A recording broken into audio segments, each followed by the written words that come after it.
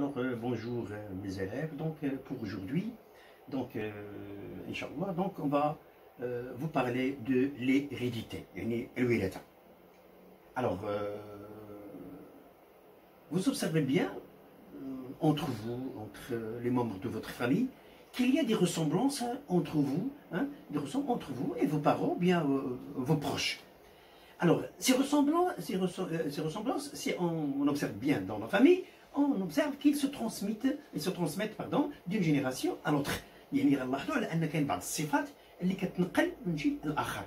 ثم ايضا على ان هذه الصفات اذا لاحظنا alors si on observe par exemple les élèves de la classe, on va dire qu'ils appartiennent à l'espèce humaine. Par exemple, si par exemple un animal entre il est à côté de nous, donc on peut faire la différence entre l'être humain et l'animal. يعني يمكننا نفرقوا ما بين الكائن البشري وحيوان اخر. لماذا؟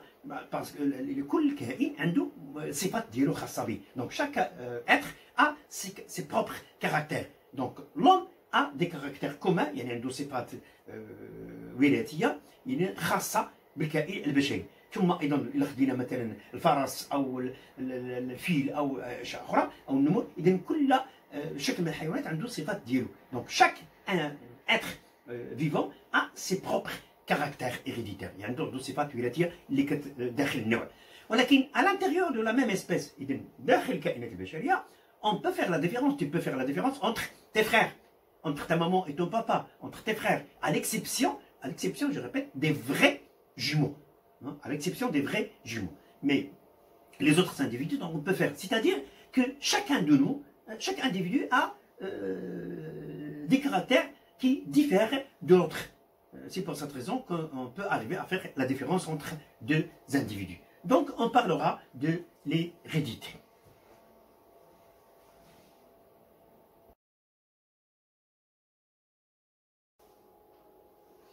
Alors, regardez bien, donc voilà l'introduction. Chaque individu présente des caractères héréditaires issus de ses parents, mais il a aussi des caractères non héréditaires. Quelle différence y a-t-il entre les deux types de caractères? Comment les caractères héréditaires se transmettent-ils d'une génération à l'autre? واش كاين هل هناك صفات وراثيه صفات وراثيه وصفات غير وراثيه؟ ثم كيف تنتقل هذه الصفات الوراثيه؟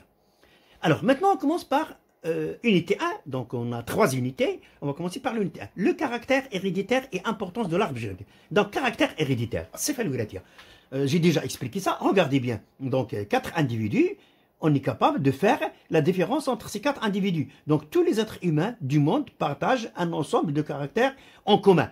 Donc, tous les individus du monde, alors, on peut faire la différence entre des individus, les êtres humains, et j'ai dit, et les autres espèces. Pourquoi? Parce que l'être humain a ses propres caractères héréditaires. Maintenant, regardez bien. Mais à l'intérieur, on peut faire la différence entre ces individus-là. Donc, pourquoi? C'est-à-dire, chaque individu a ses propres caractères. Alors, un exemple. Voilà un exemple. L'oreille. Regardez bien l'oreille ici. Voilà le lobe. Le lobe. Et regardez le lobe ici. Le lobe-là, il est séparé. Ce lobe, il est séparé, mais le lobe ici, il est soudé. Donc, c'est un caractère héréditaire. Vous pouvez remarquer ça dans votre famille. Regardez bien vos oreilles et comparez vos oreilles entre vous et vos frères et avec vos parents. Vous allez trouver que c'est un caractère héréditaire. C'est pas وراثية. La couleur des cheveux, c'est héréditaire aussi. La couleur des cheveux, la couleur des yeux. Mais ici, alors les empreintes, non, les empreintes, elles sont spécifiques de chaque individu. Donc, chaque individu a ses propres empreintes digitales. يعني البصمات ديالو كل واحد عنده بصمات خاصة. Alors maintenant, regardez bien ici. Regardez bien ici. Donc, voilà une mère et son fils. Regardez bien, il y a une grande ressemblance. C'est-à-dire que cet enfant-là, il a hérité plusieurs caractères de sa maman. Document 4. La musculation. Alors la musculation, est-ce que c'est un caractère héréditaire? Non, parce qu'on n'hérite pas. On ne peut pas, par exemple, donner naissance à un enfant qui a de la musculature. Donc la musculature, c'est par entraînement, donc ce n'est pas un caractère héréditaire. Voilà. Donc c'est quoi un caractère héréditaire? Un caractère héréditaire, c'est tout caractère qui se transmet d'une génération à l'autre. إذن الصفة الوراثية هي كل صفة تتنقل من جيل الآخر، مثلا من الآباء إلى الأبناء ومن الأبناء إلى أبنائهم أيضا. Voilà ce qu'on appelle un caractère héréditaire. Conclusion, tous les êtres humains possèdent les caractères qui sont communs et spécifiques à l'être espèce. Un caractère est qualifié d'héréditaire lorsqu'il est transmis d'une génération à l'autre. إذن الصفة الوراثية كتكون صفة وراثية ملي كتنقل من جيل إلى الجيل الذي يليه. الآن غنمروا شيء آخر وهو ما يسمى بشجرة النسب، l'arbre généalogique. إذن vous voyez donc l'arbre c'est quoi? C'est alors l'arbre généalogique permet de suivre la transmission d'un caractère héréditaire comme la couleur des cheveux à travers des générations. Dans l'arbre généalogique, on représente les hommes par les 40. Alors je vais vous expliquer dans le schéma. Voilà. Donc comment on représente cet arbre généalogique؟ إذن باللغة العربية كنقولوا شجرة النسب. هاد الشجرة ديال النسب إذن on représente les individus d'une famille selon des générations. إذن حسب الأجيال والعلاقة اللي كتربط et la relation qui est liée entre les individus. Donc on donne grand 1, grand 2, grand 3, voilà, grand 1, première génération, la génération des grands-parents. Deuxième génération, c'est la génération des parents. Et la troisième la génération des enfants. Donc voilà, grand 1. Et on numérote, on vous demande de compléter le schéma. Vous allez mettre ici, donc 1, 2, ici 1, 2, 3, 4, c'est-à-dire 4, cette génération est composée de 4 individus. Cette génération est composée de 1, 2, 3, 4, 5. Donc les valeurs 1, 2, hein, vous voyez, donc 1, 2, c'est les générations. Donc ici, la relation entre ces deux, c'est un mariage. Voilà, ici il y a un garçon et une fille. Donc ce garçon, alors deux filles qui se sont mariées avec deux autres garçons. Donc voilà, un mariage, ici mariage, voilà, 3 enfants. Les deux mariés donnent 2 enfants. Ces 2 premiers mariés, ils ont donné naissance à 2 enfants. Donc voilà l'arbre. Mais quel est l'intérêt de cet arbre généalogique? C'est de suivre, par exemple, la transmission d'un caractère héréditaire. Regardez la couleur du cheveu. Par exemple, la couleur du cheveu, on peut la trouver dans d'autres générations. Il se transmet. Cette couleur-là, voilà, donc elle apparaît, donc il se transmet d'une génération à l'autre. Ici, voilà. Donc la maman, donc les mêmes cheveux, donc se transmet. Et c'est transmission de la couleur des cheveux. Donc voilà, l'arbre généalogique, il nous permet de savoir est-ce que il s'agit d'un caractère héréditaire ou non. إذن هاد الشجرة كتمكننا باش نعرفوا واش الصفة هي وراثية ولا ماشي وراثية. إلا لقينا كتنقل غنعرفوها صفة وراثية. Maintenant, voilà, la même chose aussi. L'arbre généalogique, il nous aide aussi à savoir certaines maladies, est-ce qu'il s'agit d'une maladie héréditaire ou non. تمكننا من خلال هذه الشجرة نعرفوا إذا واش هذا المرض واش هو وراثي أو غير وراثي. Alors si la maladie, regardez bien donc ici, donc la maladie ici, donc elle apparaît dans cette génération, mais il est transmis à cette génération, il est transmis à cette génération. Donc c'est une maladie héréditaire puisqu'il se transmet d'une génération à l'autre, donc c'est une maladie héréditaire. Voilà l'intérêt de l'hérédité. Donc revenons maintenant. Vous avez bien donc le carreau. Ici, vous pouvez mettre un carreau ici, un cercle pour compléter. Carreau, ici, cercle, comme ici. Donc, carreau pour l'homme et cercle pour la femme.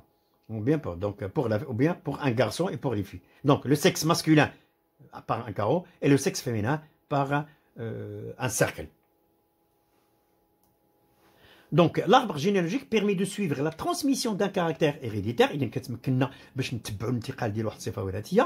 la couleur comme la couleur du à travers des générations. Dans l'arbre généalogique, on représente les hommes par des carreaux, les femmes par des ronds. Bien, sexe masculin par carreau et sexe féminin par des cercles. Alors, les individus de chaque génération et les parents sont numérotés par les chiffres 1, 2, 3. J'ai déjà noté, donc c'est numéroté par 1, 2, 3, chaque génération. Deux individus de chaque génération. Ici, 5 individus. ici aussi 1, 2, 3, 4, 5, 6, 7, 8. Donc regardez, donc 8 individus de la génération 3. Et voilà la quatrième génération, donc 1, 2. Deux individus de la quatrième génération. Voilà.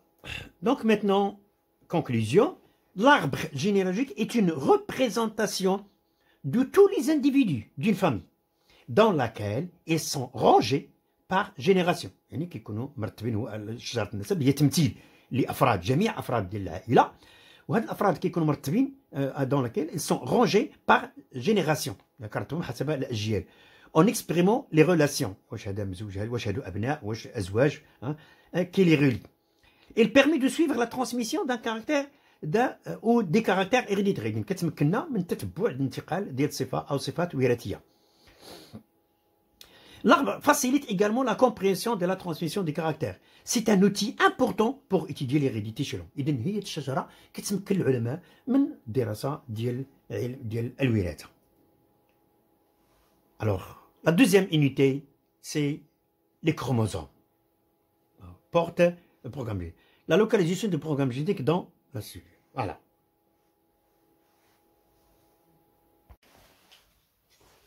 Alors, s'il vous plaît, donc, la question qui se pose maintenant, c'est où est localisé cette information, ce programme génétique? أين يوجد هذا البرنامج الوراثي? Alors, pour répondre à cette question-là, donc, on va étudier et analyser les résultats d'une expérience déjà faite. Alors, ils ont fait quoi? Qu'est-ce qu'ils ont fait? Donc, voilà, ils ont pris une vache qui a des taches noires et des taches blanches. Donc, vache avec taches noires et blanches. Alors, cette vache-là, et on va prendre une vache rouge. Une vache rouge. Alors, de cette vache-là, qui a des taches noires et blanches, on va, au moment de la fécondation, on va essayer d'extraire l'embryon. D'extraire l'embryon. Alors, l'embryon, c'est-à-dire un ensemble de cellules.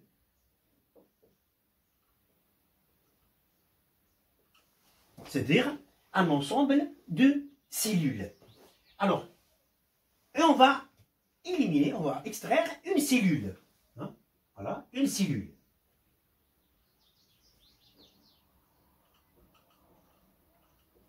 On va extraire une seule cellule. Et ensuite, qu'est-ce qu'on va faire? On va éliminer, extraire le noyau. Isoler le noyau. Voilà le noyau. Hein? Sur le microscope, on peut faire ces expériences-là. On élimine, on isole le noyau. D'abord, on isole l'embryon, et après l'embryon, une cellule. Après cette cellule-là, donc on va isoler tout simplement le noyau. Regardez bien. Pour la vache qui est rouge, on va prendre un ovule. Ovule. On prend l'ovule de cette vache-là. Et ensuite, qu'est-ce qu'on va faire? On va éliminer le noyau et on va garder tout simplement le cytoplasme. La membrane cytoplasmique et le cytoplasme. On va éliminer le noyau. Regardez bien, qu'est-ce qu'on va faire ensuite? On va introduire ce noyau-là dans la cellule.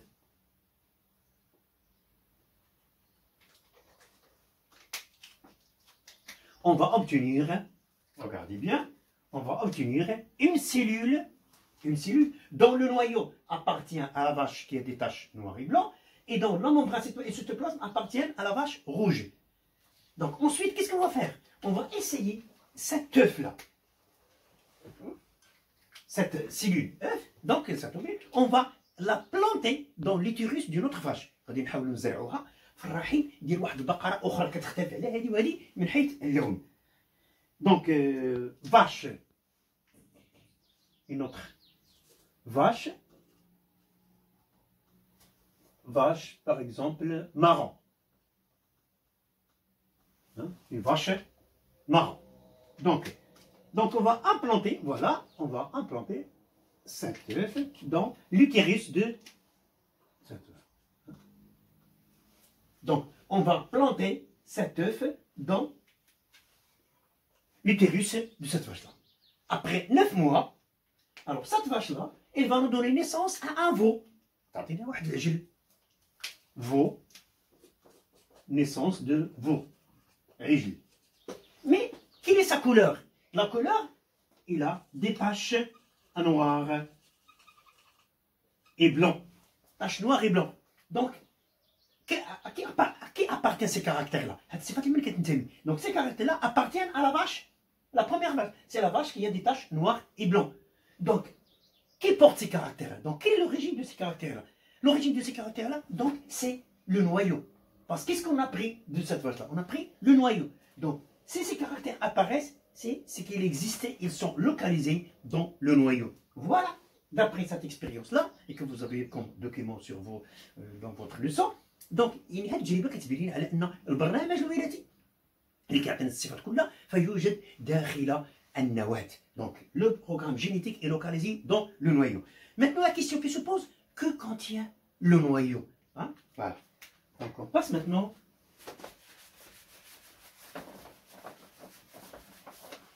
Alors, vous savez bien que les cellules se divisent. Les cellules, chaque cellule se divise en 2 plus 4. Alors, au moment de la division cellulaire, on peut bien observer le noyau. إذا من خلال الانقسام كنلاحظوا على أن كتبان لنا ما يسمى واحد المجموعة ديال الخيوط. Alors voilà, au moment de la, c'est pas la peine de vous définir. Donc voilà une cellule au moment de la division cellulaire. Voilà le noyau. Donc au moment de la division cellulaire, on remarque qu'à l'intérieur du noyau, il y a des filaments. Donc qu'on appelle chromosomes.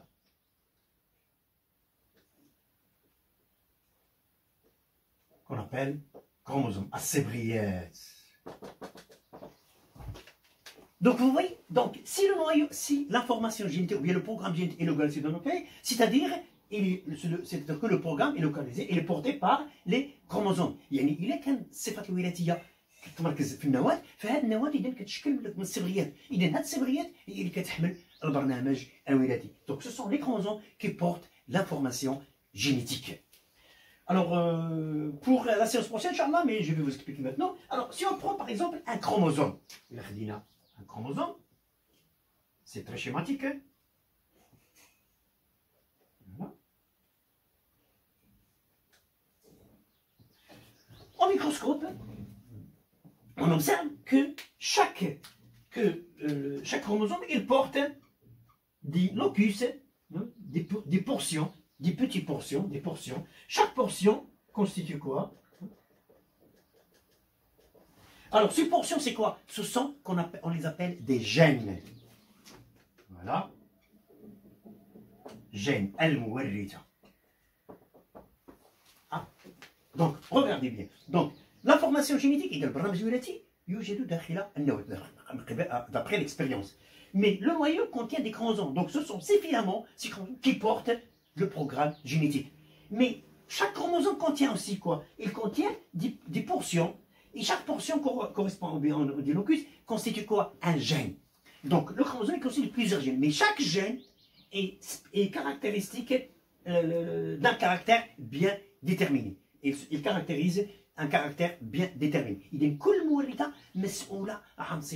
On verra Inch'Allah qu'il existe des gènes pour les groupes sanguins, gènes pour les maladies, gènes pour la production des enzymes, gènes pour la couleur des cheveux, des gènes pour... Donc plusieurs gènes. Donc je répète, إذا باللغة العربية على أن البرنامج الوراثي يوجد داخل النواة، وأن هذا البرنامج محمول من طرف خيوط تسمى الصبغيات، وأن كل صبغي كيتوفر على عدة عناصر أو عدة أجزاء، كل جزء منها chaque portion كتسمى مورثة جين.